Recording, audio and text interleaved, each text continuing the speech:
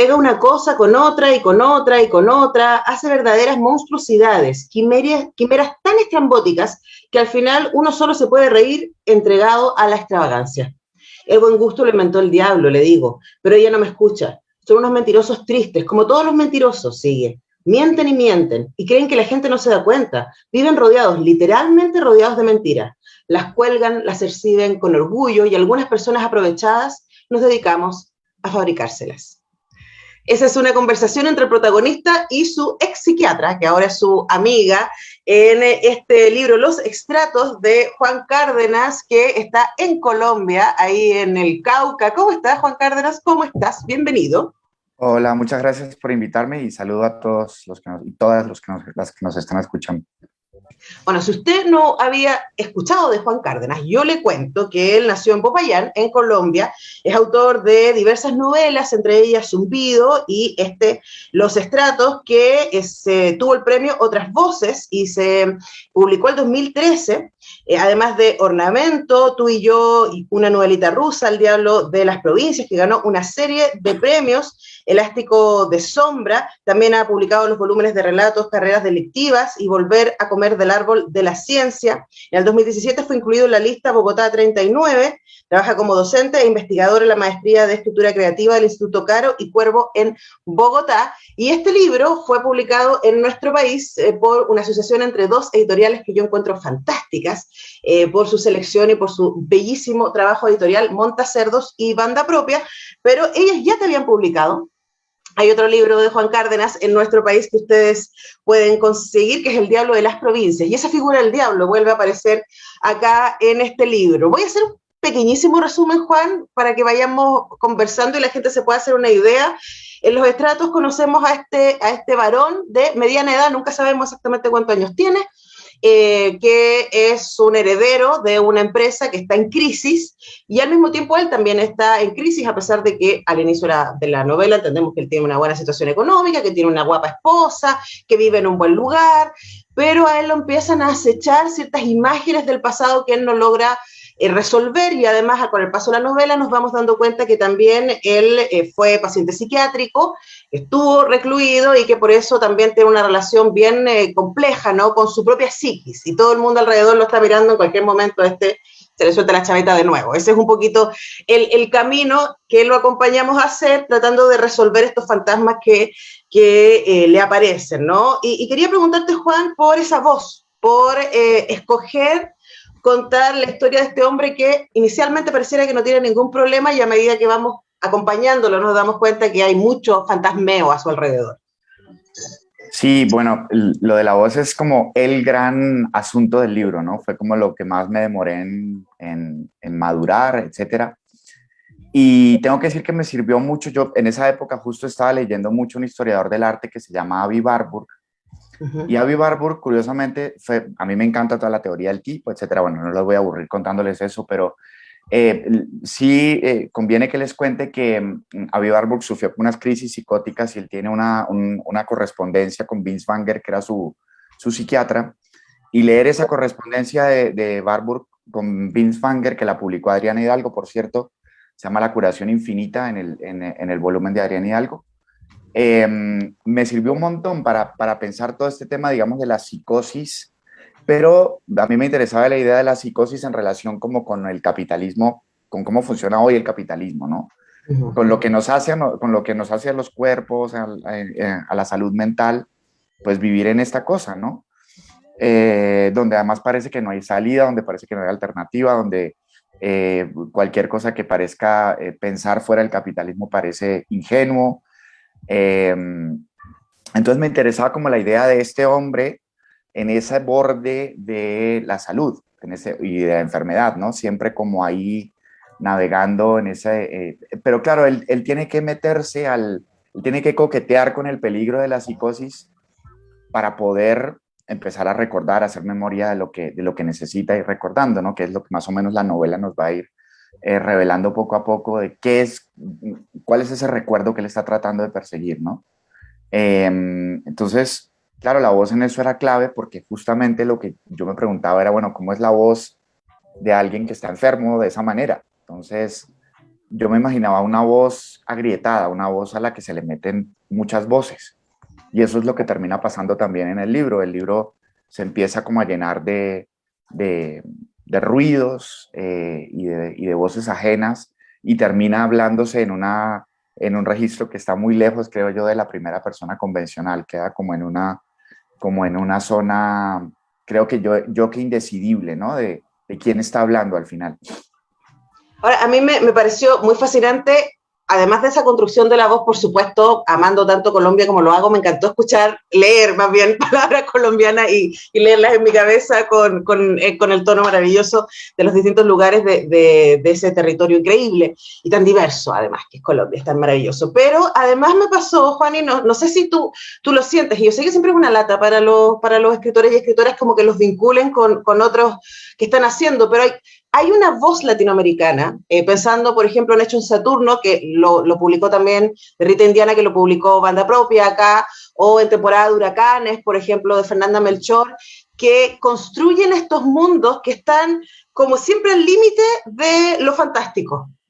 Eh, no, y no se confundan, por favor, quienes nos escuchan, no estamos hablando de realismo mágico, porque no es bello esto que aparece acá, ¿no? Es más bien, es como son las sombras, son los fantasmas que rodean y lo que nosotros vamos leyendo es entrando a este mundo muy tenebroso, de alguna manera, sin llegar al género del horror, ¿no? Sino más bien esos fantasmas que continuamente nos acompañan y que están ahí como llevándonos al límite.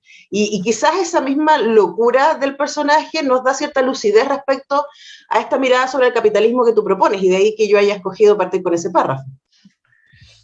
Sí, bueno, la referencia a Rita me parece como muy acertada porque yo siempre me he sentido muy cerca del trabajo de Rita. Rita y yo creo compartimos una cosa y es como el interés por el mundo sonoro, por cómo suenan las calles, por cómo suena la gente, cómo se modula una voz con un registro oral muy fuerte dentro de un texto literario. Entonces, que por supuesto eso tiene que ver como con los orígenes de la propia literatura moderna, ¿no? Es decir, se escribía en latín y de repente empezó a escribirse en lenguas vulgares, ¿no? Que tiene mucho que ver con empezar a escribir en la lengua que se habla en la calle. Entonces, ese gesto, que obviamente es muy seminal de la literatura moderna, creo que sigue vivo en obras o en trabajos como el de Rita o el mío. Y ese libro particularmente de Rita me encanta. A mí, Hecho en Saturno, creo, no sé si es mi libro favorito de Rita, creo. Pero sí, volviendo a lo que preguntabas, al final es como ineludible toda esta cosa del límite de lo fantástico, creo yo, ¿no? Y me encantó que hicieras la distinción con el realismo mágico, porque justamente una amiga decía que el realismo mágico es una categoría súper colonial, ¿no? Es decir, decía como, bueno, los rioplatenses, que son blanquitos, hacen literatura fantástica. Nosotros los criollitos, los del Caribe, hacemos realismo mágico, ¿no? Que claramente te marca una división que es racial, geopolítica. Entonces, como al carajo el realismo mágico, porque no. Entonces, yo siempre me he sentido más cómodo con la denominación de literatura fantástica o con la aproximación a la literatura fantástica, además porque esa es mi escuela. Ahí es donde digamos, yo me hice lector y me hice escritor. Entonces yo siempre manejo como una tensión, las cosas siempre están a punto de irse hacia un territorio completamente volado. En algunos casos ocurre en mis novelas, pero me gusta mantenerla como ese filo, ¿no? Ese filo de suspense en el que de repente uno dice, aquí se va a volver esto como una cosa absolutamente loca y muchas veces es así, ¿no? En Los Estratos creo que, como es un libro sobre la psicosis, me parecía redundante que en un momento todo se fuera hacia el terreno de lo fantástico, porque entonces ya se pierde justamente la tensión. Entonces el juego en Los Estratos era mantener esta tensión como con los códigos del realismo, pero todo el rato mostrando que esos códigos están agrietados y los fantasmas y las apariciones, los espectros, las presencias empiezan a apoderarse pues del libro. Claro, ahora es interesante mantener la atención, porque si se entregara, uno podría decir, bueno, pero esta es la locura del personaje, ¿no? Una especie así como el doctor Caligari, o sea, como nada de esto sucedió porque el personaje está loco, así que chao, se cierra, se resuelve. En cambio, esta cosa de que está irresoluta finalmente tensiona más la lectura y de nuevo nos devuelve a estos espacios que a mí me parece que es hacia donde nos lleva el libro, ¿no? De ciertas cosas que no se pueden resolver, porque incluso si uno tiene la respuesta, que es lo que le pasa a él, porque tampoco es un misterio tan terrible lo que él descubre, ¿no? No. Pero no es que, listo, ya lo sé, por lo tanto me limpio las manos y me devuelvo a mi casa, está todo bien. Es como, listo, lo sé y como que todavía hay muchas cosas por resolver. Sí, es que al final yo diría que todos mis libros, y no solo este, van justamente sobre qué pasa después de que sabemos la verdad. ¿Sí? Es decir, fíjate que la tragedia incluso clásica se monta bajo la idea de, no sé, piensa en Edipo, ¿no? Como Uh hace toda la investigación y en el momento en que descubre la verdad es el momento del horror, ¿no? -huh. Entonces, a mí lo que me interesa es, no, me interesa es correr un poco el descubrimiento de la verdad y luego ver qué es lo que le pasa a la gente después de que descubre la verdad. Y pasa lo que estás diciendo, que es, después de que descubrimos aquello que estaba oculto, una vez que todo queda en la superficie, eh, tenemos que enfrentarnos a problemas mucho más difíciles, mucho más y mucho más interesantes, creo yo. Entonces, esa es la situación que a mí me interesa, las situaciones que a mí me interesan, ¿no? Como los momentos donde lo obvio queda revelado, ¿no? Era como, pero si estaba ahí todo el tiempo encima de la mesa, -huh. ¿no? Entonces, y sí, entonces, y fíjate que hay un detective en la novela, es decir, todo funciona un poco como con esa Que estructura me de... parece harto más loco que el protagonista, déjame decirte. Porque de hecho quería ir hacia allá, como en la idea, la tensión entre normalidad y paciente psiquiátrico. O sea, a estas alturas, pensando además que después, por pandemia, estamos todos más o menos en el mismo lugar, ¿no? Es súper interesante eso que aparece, ¿no? Y me gustaba mucho esa cita del libro que escogí porque ese diálogo con ella, la psiquiatra dejó la psiquiatría y está dedicada a la restauración. Y a eso se dedica, ¿no? A buscar cachivaches o muebles que están abandonados, a arreglarlos y después venderlos carísimos.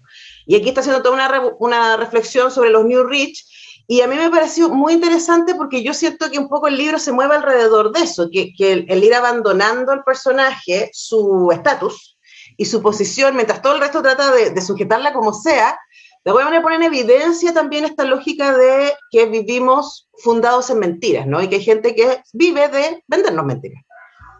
Sí, y además es impresionante la manera en la que todo está atornillado para situarnos en una determinada clase, en una determinada esfera. Y es curioso porque en Latinoamérica, a pesar de que oficialmente y en un terreno un poco así muy de la normalidad justamente se nos encasilla. Pero bueno, en Latinoamérica es muy curioso, dentro de las propias familias hay como 10 clases sociales, 10 razas, es decir, hay como hay unos vasos comunicantes muy fuertes entre mundos, y eso es lo que yo quería mostrar también, es decir, no es esta cosa de que los ricos están por allá en una burbuja porque en realidad luego te pones a ver y en América Latina pues sí, hay unos mega ricos, pero esos, pues no sé, ya que esos que los novele otro y que los cuente otro. A mí me interesan justamente estos personajes que se pueden mover entre mundos, ¿no? Y es justamente ese viaje al descubrimiento de, bueno, yo no me reduzco al estrato en el que me han colocado, en el que me han puesto, y estoy quebrado y voy a tratar de abrazar esa ruptura, ¿no?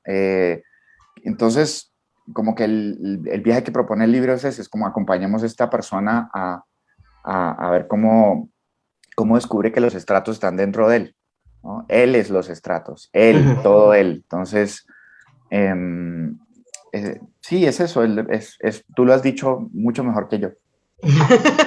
Conversamos con Juan Cárdenas desde Colombia a propósito de la publicación en Chile de su libro Los Estratos, que ustedes pueden conseguir en su librería favorita porque está editado ahí en conjunto con Montecerdos y Banda Propia. Y para cerrar, Juan, preguntarte por tu emoción frente a que este libro que tú escribiste hace una década o más, no sé, llegue ahora a el público chileno. ¿Cuáles son tus emociones, tus expectativas al respecto? Primero que estoy con los mejores editores, son divinos, los quiero mucho, son mis amigos además, entonces me parece hermoso. Por otro lado, Chile es un país con el que tengo un vínculo muy casual, pero al mismo tiempo muy fuerte. Entonces, tener lectores chilenos para mí es emocionante y es muy grato. Y siempre es un lugar donde, cuando he ido a distintas cosas, a ferias o a charlas o lo que sea, siempre he sentido que en Chile me entienden. Cuando haces trabajos como el que yo hago, la sensación por lo general es de incomprensión. Cuando llego a Chile siento como que llegué a un lugar donde la conversación fructifica y me siento bien, me siento como arropado. Entonces yo feliz. Por otro lado, hay que decir que el libro quedó hermoso. Sí, qué Eh, hermoso. Quedó muy lindo, la tapa es hermosa, parece como a la de Joy Division, que me encanta. Sí, ¿verdad? Sí. Pero, Sí. pero está muy, muy lindo. Entonces, sí, como puedes ver, estoy feliz de que el libro se reedite en Chile. Bueno, entonces ya lo saben, Los Estratos de Juan Cárdenas, publicado por Montacerdo, sí, banda propia, que además, eso ya para mí fue un dato, ¿ah? De decir, mira, estas dos supereditoriales se juntaron para publicar este libro tiene que ser bueno. Y sí, ahí Los Estratos de Juan Cárdenas. Muchas gracias, Juan, por este tiempo con Radio Universidad de Chile. Gracias a vos, Antonella, y un abrazo. Un abrazo. Nosotros vamos a la música, a la pausa y ya regresamos.